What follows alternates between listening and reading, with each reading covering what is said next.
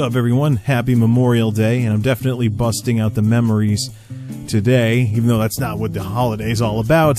Sadly, it seems like almost no one in society really gives a darn about what this holiday's about. I look all over the place and, you got people on the radio going, it's the unofficial start of summer. It's this, it's that, or it's cookout day, it's barbecue day. No, it isn't. It's Memorial Day. We're remembering people who fought for this country, that were KIA, MIA, etc. We're remembering people today. That's what the holiday's about.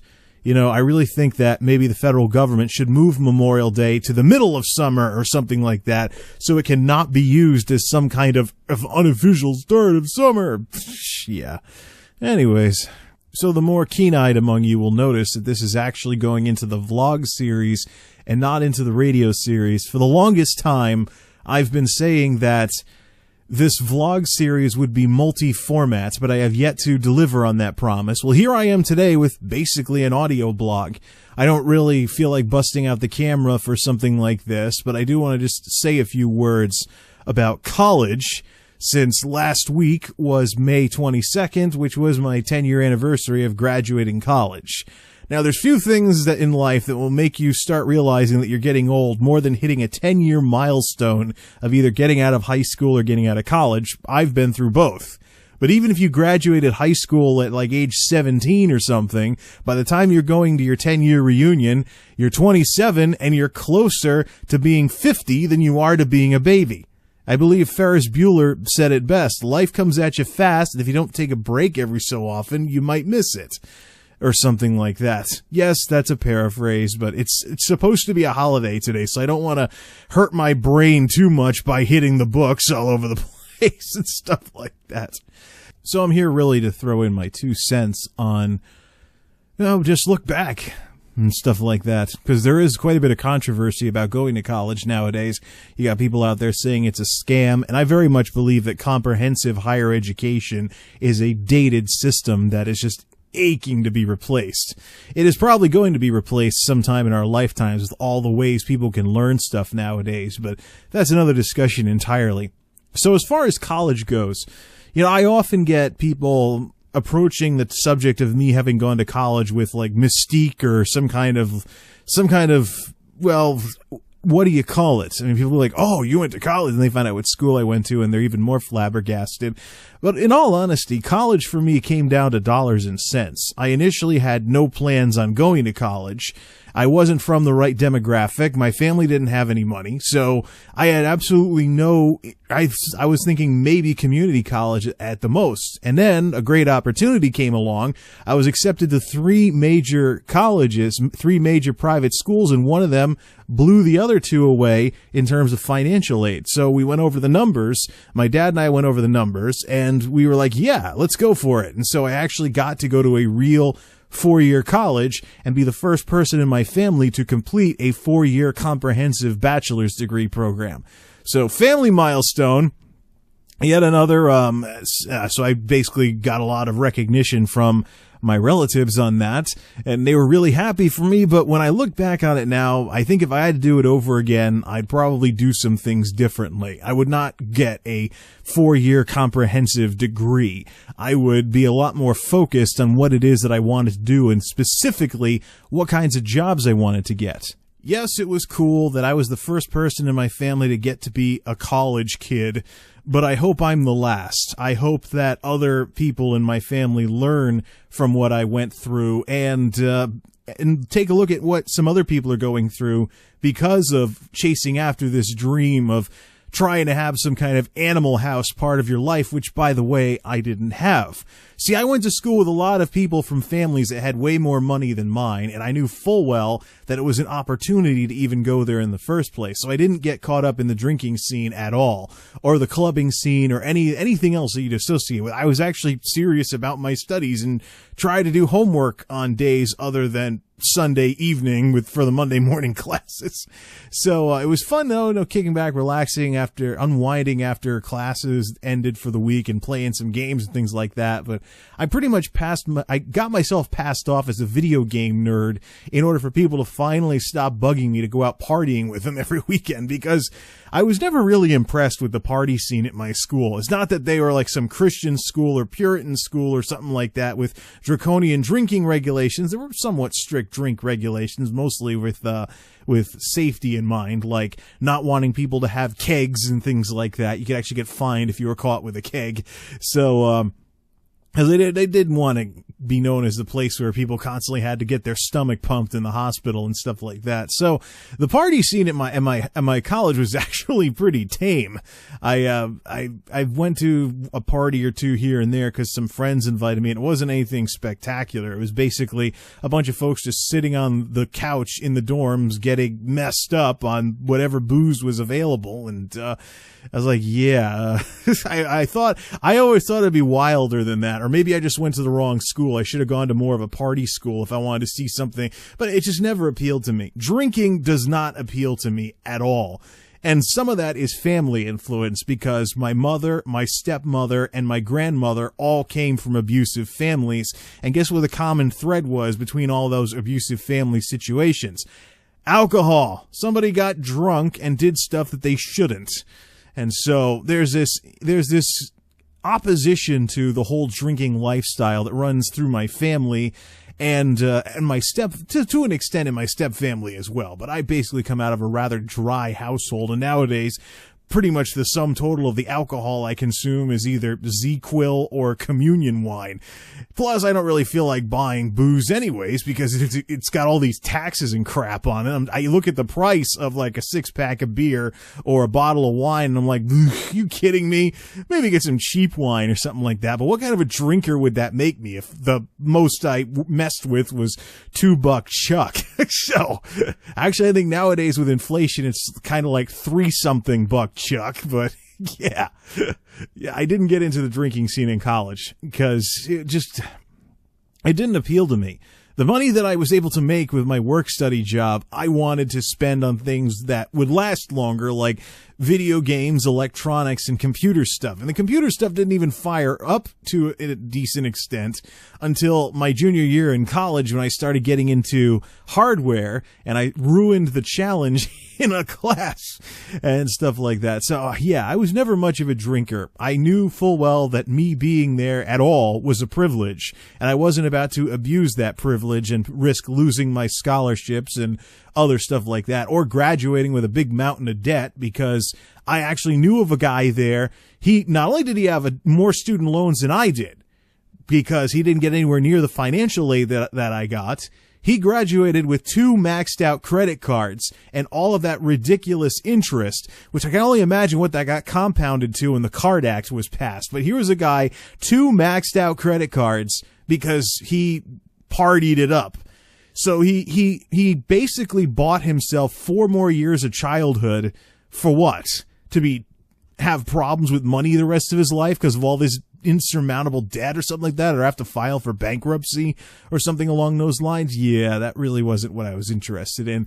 I kept my head on straight, watched the numbers, and nowadays my student loan bill is basically an extra utility bill. I don't have absolutely ridiculous amounts of student debt, and I've already embarrassed one guy who went to a 2-year school and came out with more student debt than I had coming out of a 4-year school. So that's how you do it, but I really think I would have changed up even more things if I had to do it over again. See, comprehensive higher education is an outdated system. There's so many ways to learn things. And I am hearing more and more about people essentially piecing together their degrees by taking classes here and there at a community college or something like that, instead of going through a program that's going to slap you with lots of what are called electives, aka classes that aren't related to what you're actually supposed to be studying, but are basically filler material. I've tried to do everything I could to not take filler classes, but some classes were mandatory, like the remedial liberal arts freshman seminar that nobody took seriously because it was supposed to get people used to college level reading, But the liberal arts freshman seminar basically involved reading 10 books in 15 weeks, or 2,000 pages in 15 weeks, and that's just one of your 5 classes if you were a full-time student at this place. So a lot of people blew it off, or they got cliff notes, or they just skimmed things, something like that, and I tried to read, but it just burned me out to be just spending so much time on that stupid class. Oh, and by the way, I really didn't need it. It was remedial class for people that weren't used to doing lots of reading. And did I do lots of reading? Yes. But unfortunately, the place the place, for whatever reason, I knew of one guy who had a 6th grade reading level when he got accepted to this 4-year college, and actually became a business student there. He wasn't like liberal arts or anything. He was actually a business student there, coming into college with a 6th grade reading level and complaining about it.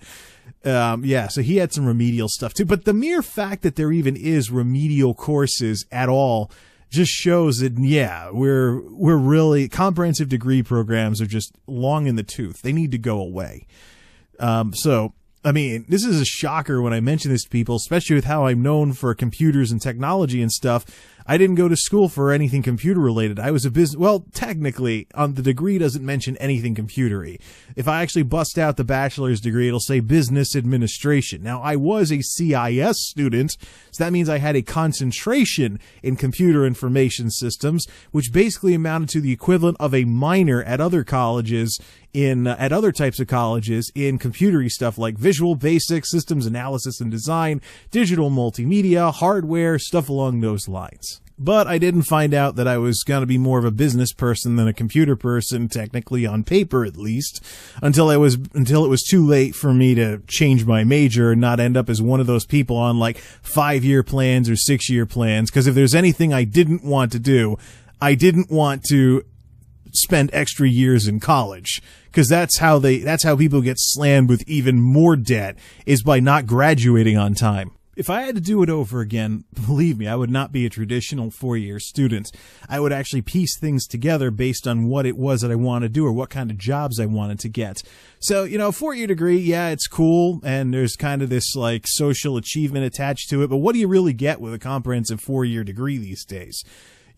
If it's like what I went through, you'll have some classes you really like that you use on a regular basis, maybe 1 or 2 or something like that you will use on a regular basis after graduation. You'll have some others that'll be like, yeah, so. Then you'll have a bunch of fluff, which is what I basically considered my electives to be. I mean, seriously, here I was, business guy. Why on earth did I have to take a class on U.S. history or English literature or something like that?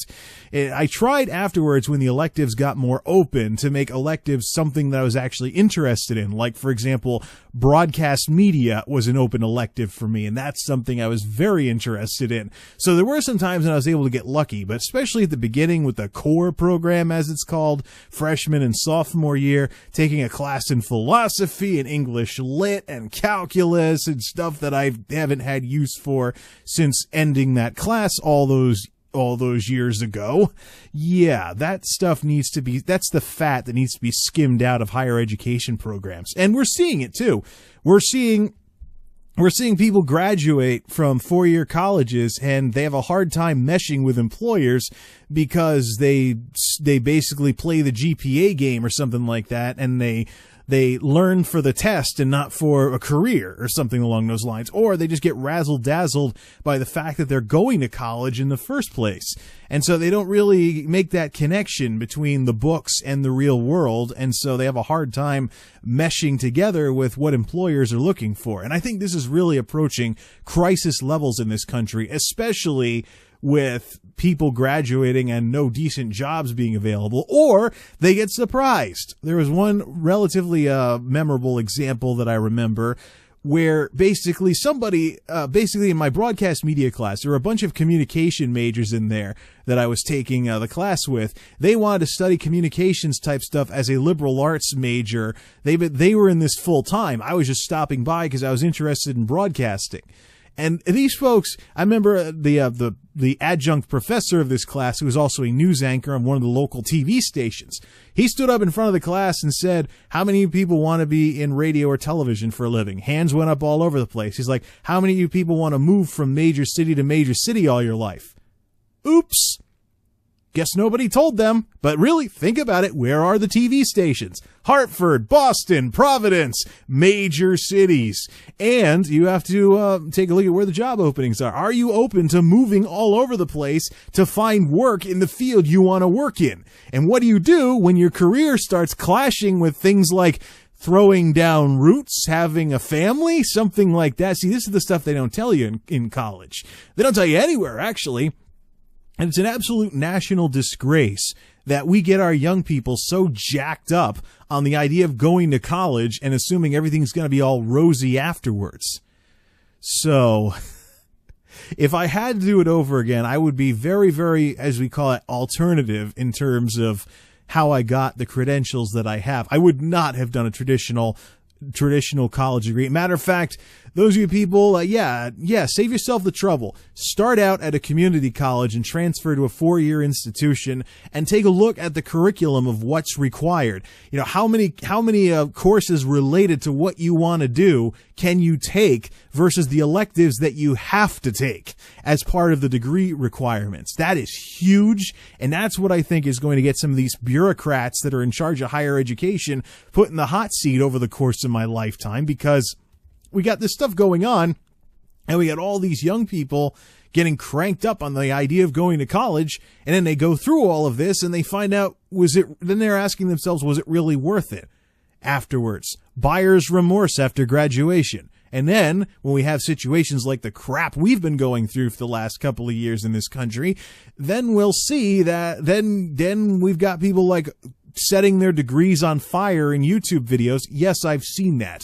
There was one guy so disgusted with how he played the college game and lost, so to speak. He was so disgusted by how much of a waste he thought his college years were that he made a YouTube video of him burning his degree in high definition. Yeah, it's out there, folks. People are furious and things will change, but the question is when. And I think that what could happen in this case is people need to wisen up. One of the ways in which I wasn't very popular in college was I approached it like I was a consumer. You know, what am I getting what I paid for? And so I actually tried to switch out of classes that I thought would be a ripoff. I didn't see that from folks around me, though. They wanted the easy professors and the high GPA, and the high GPA will get them a good job and they'll live happily ever after. Yeah. That hasn't, I've received links to people's Facebook pages since graduation and seen some of the stuff getting posted on there. That hasn't worked out for some of those people. And that is where I get what is perhaps the most important advice I can give to somebody thinking about going to college. Here on this, not long after my 10-year anniversary of my own graduation. This is actually the sort of thing that should be the centerpiece of everything college related that any young person does. College is a means to an end. It is not the end in and of itself. Forget all the movies, forget all the stereotypes, forget all the social mythos about being a full-time college student. You can't just have that as your destination. It's just part of the road, not your destination. I mean, if I had to pick between constantly living the way I've been since college or when I was in college, I would pick since college because I've had a more fulfilling experience. It's been a lot more fun, I shall say, without all those pesky classes getting in my way. More money, better jobs, and I'm able to afford more computer upgrades than I would have had back at my old audiovisual job. No offense to the AV guys if they ever hear this, but it was a work study job, so I was limited in what I could do with the hardware that I was getting, with the hardware stuff that I was getting into. But yeah, I mean, you can't view college as the end of the road. It can't be like a goal for you. It has to be just a starting point. If it isn't, that's when you're going to wind up with a mountain of student debt and maybe non-student debt on top of that and kicking yourself a couple of years down the road after graduation. As for me, I think I just got lucky because I picked a major, business, that is so widely applicable that there's lots of different jobs I can get that I can use at least bits and pieces of it in. Although the database programming that I'm doing right now is something I could have done 10 years ago, so I'm not really happy with having the equivalent of an entry-level job 10 years out of college. But we can figure that out some other day. For now, though, let's just take a look at college itself. College is essentially what you make of it. And quite honestly, I would not be surprised if in the very near future it became what you made it to begin with. You got stuff like Coursera, and you have other sites out there that are actually broadcasting lectures from classes. I really think that college should probably be reformed in the same way cable TV should be reformed. Dump the bundled packages and let people assemble something a la carte based on, in the case of cable, what you want to watch, and in the case of college, what you want to work with or what you need in order to get the type of job that you're looking for. I'm not going to join those people that say that going to college is a complete waste of time, because I can attribute some of me being in the job that I'm in right now instead of down in the dumps to some of the stuff that I learned in college. So there is at least I can at least partially attribute something like that, but I think that might also be because my roots are in STEM, science, technology, engineering, mathematical type stuff, more working with hard numbers and things like that. So it's not like I just went and partied while being some kind of liberal arts major or something along those lines. So, and of course, my roots in more trade-oriented education, with having gone to a technical high school, also, of course, have been a very good influence. Actually, interestingly enough, around here, my high school gets me more compliments than my college alma mater does.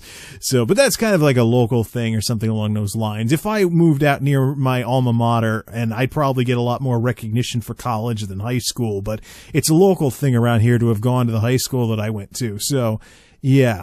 Looking back on it all, if I had to do it over again, I would do things much, much, much differently. I was the first person in my family to graduate from a traditional comprehensive degree program, or 4-year degree program. I hope I'm the last, and I'm going to actively encourage other people to take alternative approaches to education, because this whole mountain of student debt thing and having a comprehensive degree that doesn't actually help you get any jobs, or in my case might actually intimidate employers into not even giving you interviews. I've gone through that a couple of times. This whole thing, society is just so over it, and they're so over the bad marketing and taking advantage of 17, 18, 19-year-olds with no life experience yet, and all the other baggage that comes into our higher education system, because you've got all these people studying for degrees that didn't get a chance to go out and try building a life without one first, so they have nothing to compare it to and don't really have a goal to drive towards. That's another thing I would do if I was in charge of the world. I would make it mandatory so that you had to have a job, get your own place, and build a life for yourself for at least 2 years before deciding if you wanted to go to college. But that might put some for-profit Ponzi places out of business, because people would wisen up and see that college is not what makes you. It's what gets you started. You make yourself after graduation, if that makes any sense. The job I have right now, yeah, it uses some of the stuff I went to school for, but it's my own reputation with the folks I'm working with that got me called and essentially got me into the so-called hidden job market that I thought was just legendary, a little fairy tale that people were thinking of. But that's really the thing here. If you think your degree is going to do all the heavy lifting for you, then you, my friend, are lazy. But if you actually own it in terms of where you're going from here and step up, and if there's no demand for what it is that you studied, try and find some way to amount to something doing something else, that's far more admirable than the snob who sits home for months and months or even years after graduation waiting for that perfect job to roll around, while other people are making the best of things and getting work experience and getting reputations for not being snobs who sit around waiting for perfect jobs to come along. And that is, at least among some people, more worth it than any degree will ever be. Anyways, to not get too redundant, I think I'm going to call it an audio blog here. Thanks for listening, everybody. Till next time, this is MultimediaJay signing off. Thanks for listening, and thanks for stopping by.